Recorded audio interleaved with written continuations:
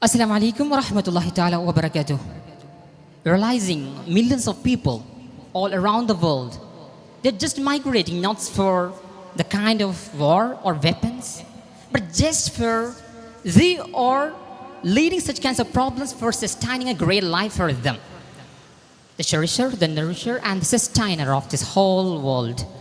Peace and salutation upon his messenger, Prophet Sallallahu Alaihi Wasallam. I have immense pleasure and privilege to being with you in this hilarious and most auspicious occasion to express my views and thoughts on the most relevant and deliberating topic, the climate migration crisis. As just starting from the definition for what's being behind these kinds of migrating problems, especially the rising sea level, the droughts, and all other problems. And for example, taking the analysis to a exemplary aspect, we can see that in Bangladesh, in Assam, and many other perspectives, they are facing such kinds of challenges. In Bangladesh, as a part of rising sea level, many of the people displaced from their home. As one of the report is indicating that 13 million of people from Bangladesh have displaced from their home for just this matter. The greatest question behind this is that what can provide as a solution for them? How the global world is seeing them? As most of you may know that 1951 and the convention, and at that moment they have provided the solution for the problems, solution for the migrants who have faced the challenges and problems as a part of race, as a part of the religion and the discrimination.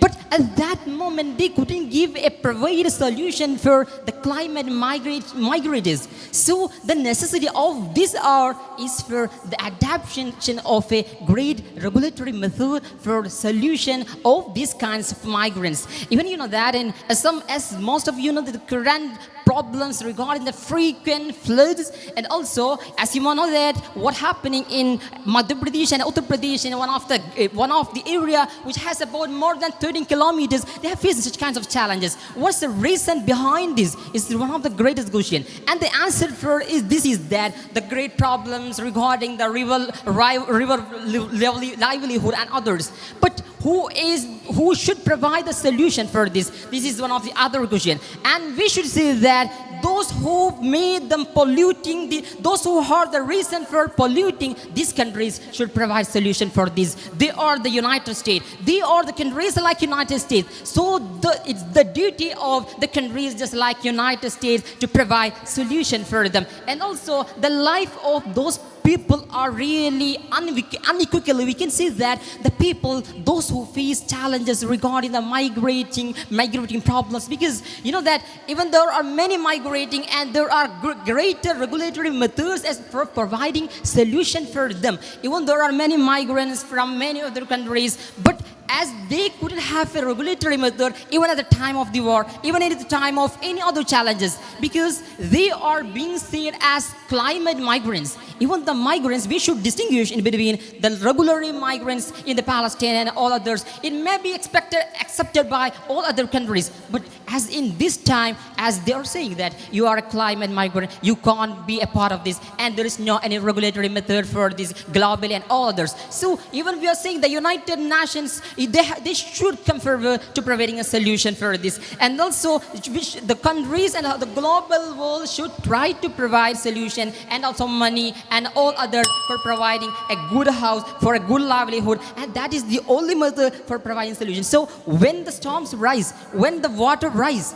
there should be a solution for this. So we should necessarily try to adapt these kinds of regulatory methods. We should try to provide money to help this community, and also we should try to code through our pens, through our ribbons, that the climate migrants are also people, also human beings. So the rights and the duty, as all the humans have the rights, and that as like the living very beautifully is a right for each and every human being. So we should realize that, and we should work hard, and we should raise our voice for the climate migrants. And also the United States and all other social media should be used for providing and conveying the idea that the climate migrants are also human beings. So the rights, the protection, and all of that should be given for them. That's all. I don't want to exaggerate write my words. Words are numerous, but time is more precious. So I conclude my words. Assalamu alaikum wa rahmatullahi ta'ala wa barakatuh. വേദിയിൽ